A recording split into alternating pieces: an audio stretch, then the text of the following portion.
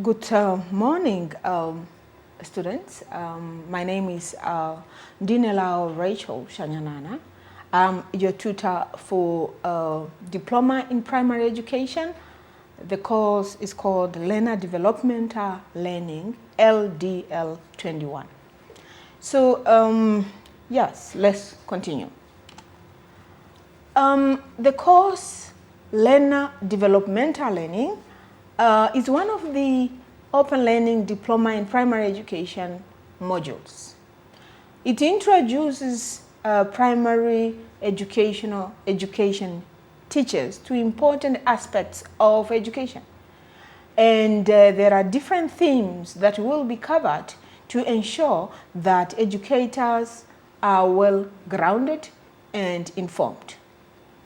And this requires constant reading of the materials you have and thinking if one should really excel in doing this course. So this is the course, and let's see what we'll cover. So this is an introductory lecture that we are doing today, and we are just going to highlight some of the aspects, especially Unit 1. There are 5 exit learning outcomes that we call ELO in this module. So upon completion of this course, or this module in particular, students should be able to at least do 5 things. 1, to be able to explain the stages of childhood development before the pre-primary stage. So that's one, the first one. So because this course is specifically for teachers teaching pre-primary, so it's necessary for a teacher to be able to explain the stages of childhood development. Number 2, it is necessary for a student or who is a teacher to be able to discuss theories, features, and factors regarding pre-primary developmental domains. So there are theories underpinning this whole debate.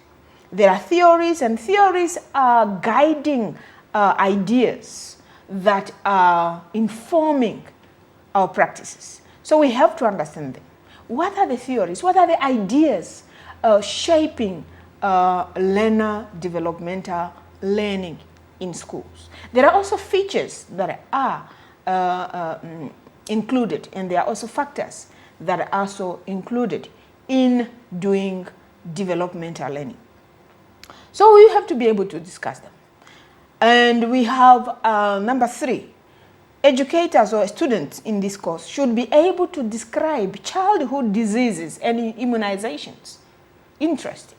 So as an educator, you should be able to understand different diseases that are confronting children, and what are the immunizations available to deal with diseases or to prevent diseases. So you have to be able to describe that. Number 4, a teacher or a student in this course should be able to explain self-concept issues as part of human development.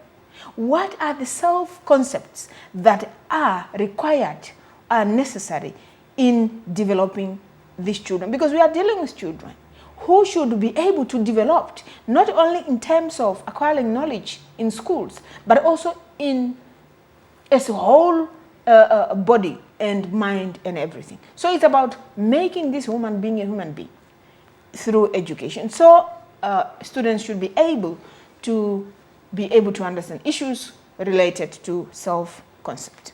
And number 5, Unit 5, or Exit 5, students are expected to discuss learning aspects and learning barriers. It means there are learning aspects that we have to look at, and the barriers that are also hindering our learning. So if we understand them, it will be easier for us as teachers and educators to be able to teach our children. So these are the 5 exit learning outcomes that we call units that we are expecting you as students to be able to learn. So we proceed with learning. So you know now the units. one of the central questions that I always ask myself is it possible to understand anything, in this case, the module LDL, if we do not understand the concepts that are making that module, which means we have different concepts or words. For example, we have learner. Learner is a word in itself. And we have developmental, it's another word, or development, word in itself. And we have learning is another word. So if we do not understand these words separately, we will not be able to make sense of the module at all. And we will not even be able to understand why should we do this module. So I want to introduce you to the first word, learner. I think this is a familiar word. We use it almost every day. There is also confusion between learner and pupil, learner and student. So there's a lot of, you see, there are many, many words. But for us to understand them and to be able to use them correctly, we have to understand the meanings. Learner. Learner is a person who intends to gain knowledge and skills. Is a person. So, and this person is willing to gain more knowledge, to learn more, and to know how to do whatever they want to do. That's one. Another one, this person has a deeper desire for understanding and for information about a specific subject matter. So learners, in this case, are those that are there desiring to learn more and to acquire more knowledge about specific subject matters. For example, mathematics is a subject matter. English is a subject matter. So that's what we say is a learner. Is a person who is there and who is indeed in search of more knowledge and skills to understand, because you can't get knowledge and skills if you do not want to understand and improve your practice. So that's what the learner means. Learning is an activity and the process of gaining knowledge or skills. Wow. This is a process or activity of gaining more knowledge or skills by studying, practicing, being taught, or experiencing something from the activity of someone who learns. Sure, it's a long one. So learning, it's more about the process. Remember, a learner is a person. But then there's a process of gaining knowledge. The other one is a person searching knowledge. This one is a process. How do I get this knowledge? How do I get it? How do a person get the knowledge? It's by learning, or by observing, by practicing, by following or looking at somebody doing something, and then you learn. A learner is that person then who is engaging in the process of learning, isn't it? Because you are interested in learning. So you have to follow, you have to study, you have to observe so that you gain knowledge. So it's an activity or process of gaining knowledge. Or it's an act or experience of one that learns. And knowledge, skills acquired through instruction. So this is also another meaning. Again, it's the same.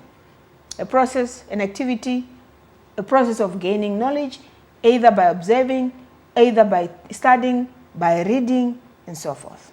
Development.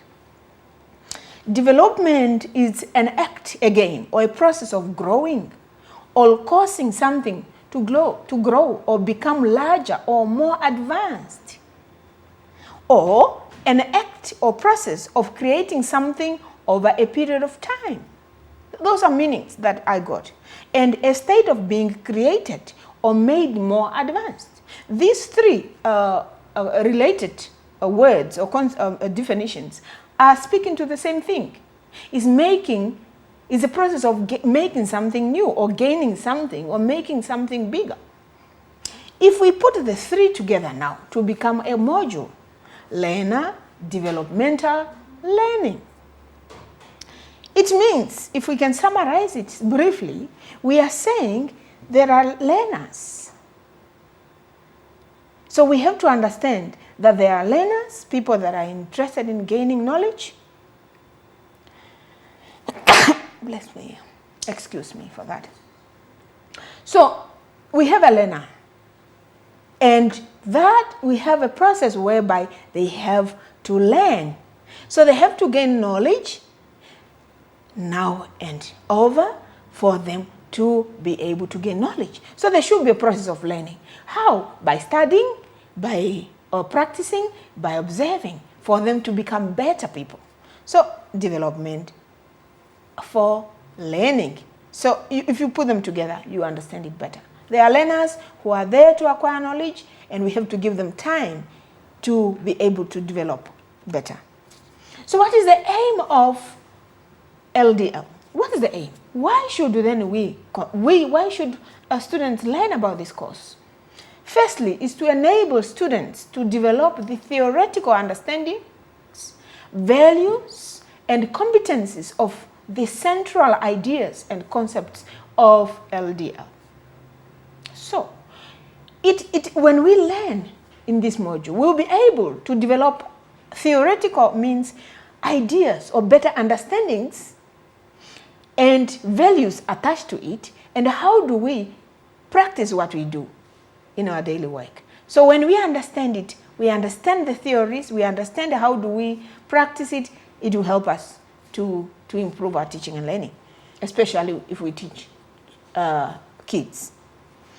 Secondly, LDL will be able to help us apply and relate the ideas or theoretical understanding to our daily activities. So it means if you understand that there are diseases, there are immunizations, there are learning barriers, there are ideas of self-concepts, and there are stages that we have to consider in development of the kids, we'll be able to come up with better ways of teaching and learning in our classrooms. And we know how to deal with these kids, these children at different stages. So if we have that understanding, we'll be able to improve our teaching better. So I think it's also necessary to understand what is the relevancy of this module to educators. Apart from the aims, what is the relevancy of this module to educators? As we have indicated earlier, it gives insight on the relationship between the theory and the practice. If we understand the diseases, we'll be able, when we are teaching, we'll be able to identify kids that are perhaps suffering from such kind of diseases. And we should also be able to differentiate ideas of learning, development, and come up with suitable strategies to advance learning. Now we know stages of development. We know what kind of children are we dealing with. We know that there are different barriers that are hindering learning of these kids. When we know, we'll be able to come up with better strategies to advance better learning for our kids. Again, it helps educators to identify different problems, as I just alluded to earlier, and barriers to learning. If you know them, because now you are being introduced to those aspects, how will then that understanding help you to do it in practice? Again, you know the kids that you are dealing with. You can observe some of the potential, maybe danger to some diseases that you are observing in the class. Coughing, for example, when you notice it in the class, if you have this understanding, you'll be able to quickly seek assistance. You know where to go to help these kids. And it is also necessary or relevant to guide teachers on problematic issues facing learners and seek assistance, which I have just alluded to earlier, that when you know, you'll be able to seek assistance. You'll be able to intervene. You might not necessarily take these kids to schools, to hospitals, but you can connect with their parents to tell them or to inform them or to share with them some of the elements or issues that should be considered when dealing with young children. You also offer, it helps educators or students with a richer understandings of learning and development. That learning is not something that you do once. It's a developmental, it's continuous, and it depends on stages to stages. So you know that at this level, this is what I have to teach. And when I teach, this is what I have to consider. And I'm expecting this from my learners at this level. So when you have that, it gives you richer understanding.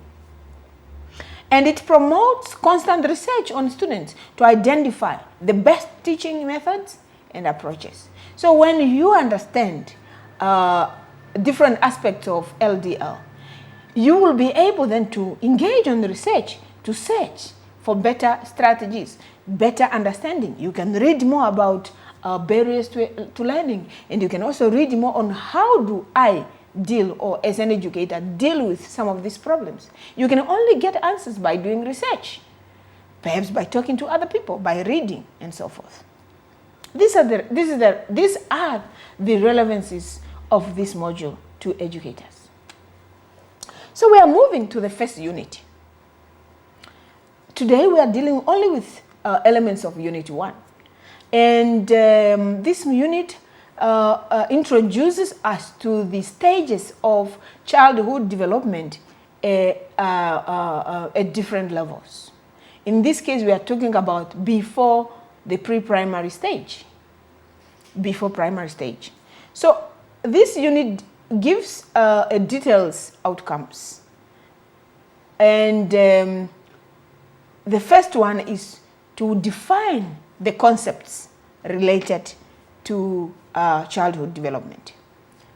As you see them, there is infant, toddler, pre-primary child, preschool child stage. So these are different stages: infant, toddlers, pre-primary child, early childhood, growth, maturation, development, developmental domains, learning theory, culture, and learning environment. So we have to understand some of this as we look at the stages of education, of childhood development and learning development. So number 2, we have to explain the physical, cognitive, and social-emotional development features of the first stage called antenatal stage. So there are different stages that we will deal with, and you see we will deal with them one by one. So firstly, there are physical, cognitive, and social-emotional development features of antenatal stage. We will talk more on that when we move to that. The second one, so students are expected to be able to explain the physical, cognitive, socio-economical development features of a newborn stage, at the newborn stage. What are they? What are the physical, the cognitive, and social emotions happens at that stage? So we have the antenatal, we have the newborn, and we also have infant stage, and we also have toddler stage. So under each of these stages, we will be looking at what are the physical, what are the cognitive, and social emotional development. So an educator should be able to understand the features that are relevant at different stages. So we are moving to definitions or concepts, meanings of the concepts. Firstly, we have to understand what an infant is. And I believe many of us understand it. And usually when we talk about an infant, we mean a child under the age of 1. So a child under the age of 1, and that child has not yet begun to walk. So an infant, that's the definition of an infant. So it's a child under the age of 1, and this child has not yet begun to walk or talk. So as an educator, we have to understand that. Secondly, toddler. Toddler is a young child between age 1 to the age of 3. So after infant, then we move to the stage of a toddler. So you see now, these are the stages. We're moving to the first one, and then the second one is between 1 year to 3. And in this, under this, this child is just learning how to walk. So the first one, the child is not walking yet, but here they are learning to walk, standing, falling, and so forth, and talking, trying to talk. Preschool child, and some of this I think you understand them, but I thought we could just look at them briefly, is a child between the age of 3 and 6. So preschool child, it means a child who is not yet at school, okay, and is younger than those going to school, yes, and is old enough to talk anyway and walk. This child is talking, is walking, but is not yet ready to go to school. And stage 4 is early childhood. Early childhood is a period of a child from the age of 8. So, and this child is ready to go to school. And he or she is ready to acquire physical and mental skills, which means the physical and mental capacity has developed, and the child is ready to acquire knowledge. Another concept that we have to understand is growth. Growth is an increase, underline that word, increase, in the size of parts of the body or organism. So it's increase, expansion. And for example, here we look at the weight. Has the weight of the child, in this case the child, changed? How is the height? And if you look at the stages, you look at weight changes at different stages, and height and weight and brain, heart, head, lungs, and etc. So is there any expansion? And that's what we call growth. And maturation. Maturation comes from the word mature. And I think this word also has been used differently at different levels, because as I told you earlier that each concept has more than one meaning. That's why if you look at your dictionary, you will see that they will give you about maybe 2, 3, 4 options. They will say this is what it means here, it can also mean that, 3, it can also mean that. So in that sense, in that way, you have to identify which meaning speaks to your meaning or to what you want to do. So in this case, maturation is a process of becoming mature or developing to a desired level. This is still not clear, because what level, on who is basis, level, desired level, okay? But again, it's a process of learning to cope and react in an emotionally appropriate manner. That's also another concept of a meaning of maturation. So the person has reached that level to be able to cope and react. It means even if, maybe let me give you an example. When we call somebody matured, is when even if something happens, how will they react? People will tell whether you are matured the way you react. How do you react? What do you do to deal with the problem? Have you coped? And somebody gave an example of an adult who mourned, maybe it's an experience, because maturation can also come from experience, who lost a loved one, and they have learned through that on how to cope even after losing a loved one, or losing maybe something like you lost money, the only amount you had. How do you react tells your maturity. And we have a similar problem here in our society, whereby we have gender violence. If, for example, one of your a loved one decided to leave, how do you behave? So the way you behave, for example, toward a person who says, I'm not interested in you again, how do you react tells you that you are matured. So how do you cope and react to an emotional aspect of life? That's maturity. And again, another meaning is emergence of personal or behavioral characteristics through growth processes. As I said, it is acquired. You learn and then you become matured. You become a person who can be able to cope and react to issues differently. So maturation can be understood differently, and it's up to us to decide which one are we talking about here. Development. I gave you the same meaning already previously. And the act is, we said, is the act or process of growing more larger or advanced, and changes taking place in the functional differentiation or capability of the body. Whether there is change in maybe reacting or working. If a child couldn't walk at this level or this age or this stage, now the child has developed because the child started walking, or the body has become big and so forth. And you see, there's also some kind of confusion between growth and development. Before that, I just wanted to show you that growth has more to do with making something bigger. And here they gave an example of a size of a part of the body. But if you look at development, it's a process whereby something, so it's not only part of the body, other things are also changing, including our thinking capacities, our emotional capacity. So it's almost everything. Development has to do with everything, while growth is about the size of one thing or its particular something. So development has covered growth. If you see, it is a process of growing. So it's a process of developing to something, not only the body, but everything else. Okay, the other element or concept that we are dealing with is developmental domains. They said is an aspect or areas of human growth and change.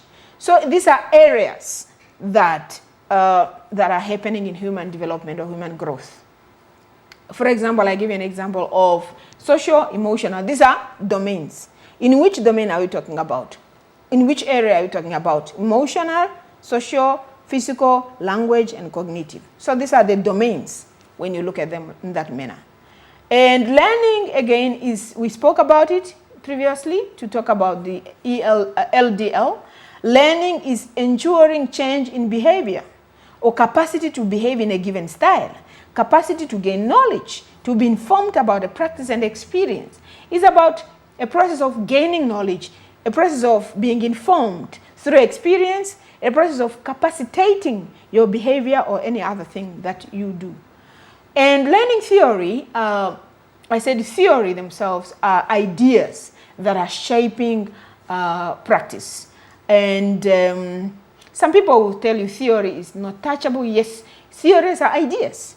What do you think? What do you understand before you do something? So, and theories can also be called to a model of psychology that explains how human responses through concept of learning. Not only psychology, but any other model that we can use, either sociology, philosophy, history, and so forth. So what are the ideas that are helping us to explain how people are learning and responding throughout? We have examples like behaviorism, we have cognitive theory, cognitive behavior theory, and constructivism. So these are the ideas, and if we understand them, we'll be able to understand how people are practicing better. We also have a concept culture, which has to do with shared patterns, ideas, beliefs, and values of behaviors, interactions. What is shaping how you behave? What kind of beliefs that you have? And how is that shaping how you behave and how you interact with other people? So we have different cultures, and our cultures informed how we behave. The way of greeting in one culture might not be similar in another culture. The way you say thank you, for example, is different. Some will give ways to other people, some will not give ways. So you see, the culture is indeed central to how we behave and act. So cognitive construct and effective understanding of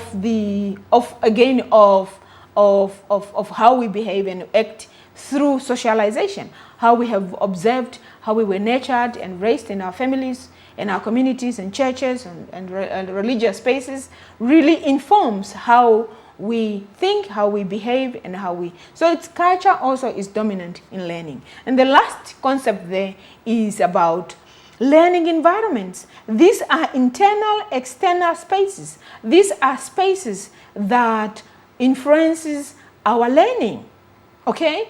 Depending on where you are, in a classroom, in an outside area, what kind of space do you have to learn? So this is also another concept that we have to understand. It refers to the physical or virtual setting. Physical is what we touch, virtual is not what we do not touch, in which learning takes place. So either we see it or we don't see it. That is the environment where learning is taking place. So by understanding this concept, you'll understand LDL better. Now, we are moving to the stages. So the first unit, as I said, is explaining the physical, cognitive, and emotional development features of primary stage. So here we first look at antenatal. Antenatal, what we call ANC. This is a stage where a mother, for example, is still in the hospital and the baby is not yet born. So either the period before birth or after birth when you are in the hospital. So I am sure you have books and you read more about this. But I thought we can just touch briefly on some of the elements. The prenatal is when it's the prenatal development of a human being occurs in 3 stages. So we have the germinal, the period, the first 2 weeks of development, and we talk about before to germinate is when, for example, you put a seed on the soil to have to have a plant. So when you put it there, when you put that seed, that's the developmental stage of conception, when there is a seed producing a baby that time. I hope you understand that. The second one, and it's between the first 2 weeks of development of a human being in a human body. The second one is embryonic period, in the period of prenatal development that occurs from 2 to 8 weeks after conception. So the first one is more about conception of the baby, when the baby is conceived in the mother's womb, and now the embryonic is when there's development now after 2 weeks to 8 weeks. And the third period is fetal period, whereby now there is 2 months after the conception and to 7 months. So this time is when you see now there's a movement, there is a baby in there, and it's growing toward delivery. So that is the first part. So we have, that's the physical development features. Remember, there are 3 periods, and these are the stages they go through. First, conception. Second, weeks after conception. Third, the process of becoming matured and delivery, either 7 to 9 months. Because some babies get born in the 4th or 6th or 7th months. So, number 2, cognitive. Remember, physical has to do with what you see, the outside part of it. The cognitive has to do with the mind. So now when the baby is still not born, so the functioning of a human nervous system, the mind, starts to appear so early. And the blood circulation, which we are talking about here, and nervous system, are the first to function in the embryonic life. Remember this period 2 under physical, that's also when the mind or the nervous system begins to work. So it begins at period 2, embryonic period. So the third one is socio-emotional. Socio-emotional development has to do with our emotions, the feelings, and so forth. So, and it starts before the child is born as well. Remember, antenatal is when the child is not yet born, but features appear already before the child is born. In this case, it starts before the child is born, and however, no literature found provides social emotional features of the antenatal. So perhaps the kicking and so forth. I mean, you said the feelings. When the baby is in the mother's womb, you see kicking, sometimes turning and so forth. Can we attach to that? But can they feel pain when they are in there? They can get angry when they are there.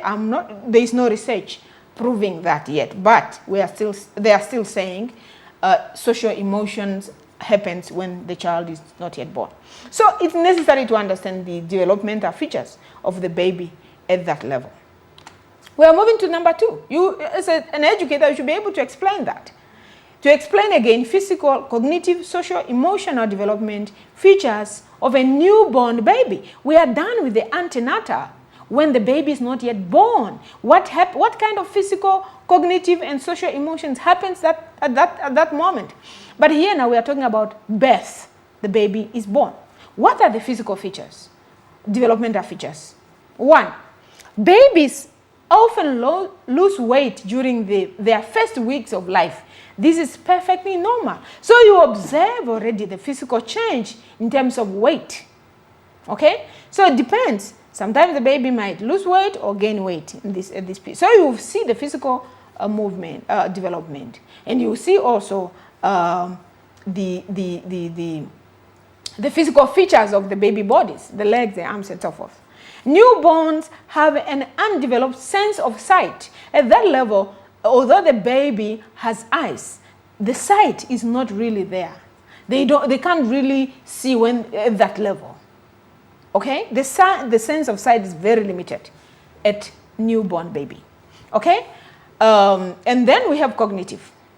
Cognitive development features of a newborn baby at that level has a brain already. And even if not all aspects of the brain develop at the same rate. It means the brain is there, but the development differs at different stages. And it happens first few weeks and months of life. So the development of the mind continues. And the parental affection and good nutrition are easy ways to influence the first few weeks of cognitive development. So it's necessary for mothers to be able to feed, or the feeding and the love that are shown not only by parents, also by medical personnel toward the babies, if the mind should work. Social emotional development, again, of a newborn baby. At 3 months of life, newborn babies are interested in remembering and understanding your face. You see the baby will start looking only after 3 months. That's what they are saying. I'm not sure if you have experience of a 1-month baby who will already start smiling and laughing when you are smiling. I'm not sure. But here, according to literature, they are saying at 3 months, the baby will already start remembering your face. And they might even, remember you when you are there. That's why sometimes they will start crying or they will start smiling. But they are not aware of who feeds them at the month 3. They are not sure who feeds them. They won't really tell, as long as you will feed them. But they can feel, yes, they can smile by the time they are 5 weeks to 7 weeks, and they are able to laugh by the time they are 3 months old. You see, emotions start already developing that time. We are also moving to explain the physical, cognitive, social, emotional development features of an infant. So we are dealing with the developmental stages at different ages. So we started with the before birth, antenatal, and then the birth, newborn baby, and we dealt with the born, the newborn, and now we are dealing with infants. At infant stage, physical development has the following features. First year, baby, remember we said infant, it's a child at age 1. Okay, so at the first year, babies develop motor skills. So they have different ways of understanding things. 5 senses are enhanced also. The 5 senses, remember, the seeing, the touching, the observing, and smelling at that age are enhanced, and they respond to nearby environments. It is also characterized by activities needed for survival, including sleeping, eating, even crying, and interaction with caregivers. So at age 1, that happens. You see the kid laughing, smiling, waving, and even crying and eating at that level. And survival, by the way, they will start crying if you don't give them food on time. That's how they demand that you should feed them at that level. So secondly, although that links with the emotions. So here they eat, you see them, they sleep, and they interact. That's under physical. Under cognitive, infants think in the moment, and this is what one of the thinkers, Piaget, argued that they think when they are under the age of 1. Interesting. And once the image moves out of sight, their thought goes with it. So they think when they see. So they are directed by what they see. When they see, they will look at it, they will follow, and the mind works depending on what they see. And when there is nothing to see, then the mind, according to Biojet, will also not function in that moment. The mind is there, but to function, it's dependent on observation or on what is visible. And two important cognitive developments occur at that time. One, when the baby begins to associate an action with getting something they want, okay? They will then perhaps start using them, whatever they have there, to get what they want. Secondly, when they, for example, if somebody is coming with food, the mind will already tell that this is the time I will eat, okay? And two, when they realize objects that can no longer be seen are still real. When something that was there, visible, disappears, and then they will remember, they will realize that, okay, if this thing is my mom is not here anymore, my father, whoever was there, and is not there anymore, then this is a problem, okay? And the last one is social-emotional development, which we said is about emotions, feelings, and so forth. We said it begins at birth, but at the stage of infant, the baby pays attention to things that interest him or her and tries to occupy himself. So this is the time they will really pay attention to whatever they want to do. And again, they are able to express the happiness or disappointment, sadness or tired. You will see it at that age by crying or by begging, begging through moaning and groaning. Maybe they're hungry or crying in that time. So they have, at this stage, the feelings are really visible and evident, unlike the other stage. And the other aspect or other stage we have to look at is toddler stage. What is the physical, cognitive, social, emotional development features? Physical, children from the age of 12 to 24 months. It means 1 year to 2 years. The baby acquires many skills. And some of them are oral motor development. Here, they can be able to speak, use the muscles in the mouth and the tongue. Oral, it has to do with talking, speaking, and so forth. Even singing, maybe. And maybe crying, that's what they use. And fine motor development skills to use small muscles in the hands and the forearms when they move the hands to receive, to touch, even to hold whatever they want to hold. And the third skill is gross motor development, whereby the child will be able to move muscles of the arms and legs and toes. So here they will then use, the other one is the hand and the other one is the bigger muscles. So they have grown and they're learning to walk freely and master balance. So the baby can stand, walk, and without falling at that level. Okay, so again, physical development at this stage requires a conducive environment for them to grow. If a child has to speak, we have to help the child to use his or her muscles to speak and to use the tongue. Fine motors, we have to create a space where the baby can use the hands and the forearms. And gross motor, we have to create a space where the baby can walk, crawl, and do other things for them to be able to grow, to develop physically. Cognitive development, what I call CD, features at the toddler age or stage.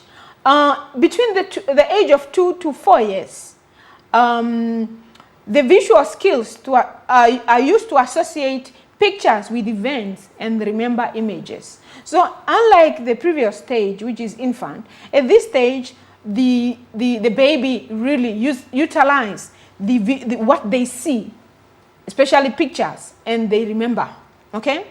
And again, Piaget's theory of cognitive development explains how this new ability to retain information allows a child to put images on paper and talk about things from a memory. So at this stage, the baby can even start drawing already. That's why you see at this level, it's when kids, they are given more time to draw pictures. They paint pictures because that's what they associate more with. So when you are a teacher at that level, you know how it is necessary to give activities that are necessary to develop babies cognitively, okay? And again, they grow in intelligence as their memory and imagination capacity expands. And speeches and language skills also expand, so flourish. So it is then necessary for an educator who is teaching kids at this level to understand what kind of material should we give them. How do we develop their intelligence, memory, and imagination at that level? Because you see, the cognitivity of the baby is already inactive, and we just need to create a space for them to learn. And the last one, social-emotional development at the toddler age between 2 to 4 means the child is interested in sharing what she or he has with other people. The child will want to play. You see them, they want to play more. They want to connect with other children or children at that age. That's why playing is also another. Connecting with others is another aspect that will help them to develop social-emotional.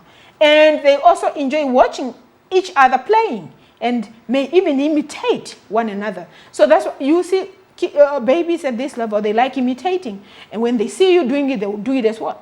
That's how they grow emotional and social engagement through that. So if you are an educator at that level, remember the activities that are required to develop socioeconomic capacities of a toddler. And at this level is when they start to understand that sometimes they need to put others' needs ahead of theirs. When they have to remember that it's not always about them. It's not always them having maybe a ball when they are playing or a toy when they are playing, but also they should also give it to the other person so that when they develop social-emotional capacities at that level. And if you are an educator, you have to understand this kind of features that should be enhanced through practices, through our teaching and learning, through engagement, and so forth. Okay, so you see, we have dealt with the stages of development, and we have dealt with them chronologically from antenatal, before birth, to newborn, when the baby is born, infant to toddler. So you could see that there is kind of continuous growth or development. As they said, development is a process, a continuous process. And all the stages are dependent on each other.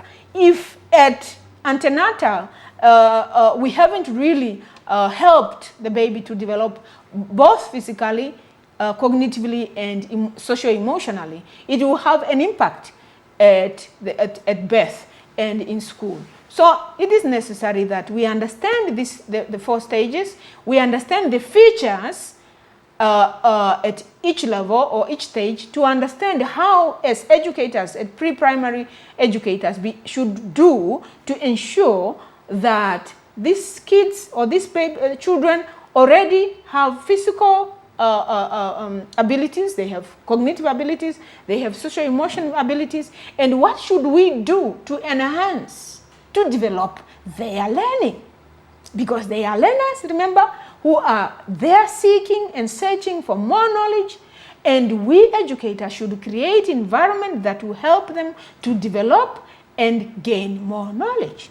So it's necessary to understand the stages, to be able to explain the physical, cognitive, social, emotion development features at each stage, if we have to contribute to quality education and produce better learners for our societies. So we come to the end of lecture 1, and we have dealt with unit 1, and I believe you have picked something from this debate, and I believe you are going to read more to gain more knowledge and understand and be able to explain and show your understanding of each stage within pre-primary educational development. So I thank you so much for listening, and we'll meet again as we proceed with LDL module. Thank you so much. Thank you.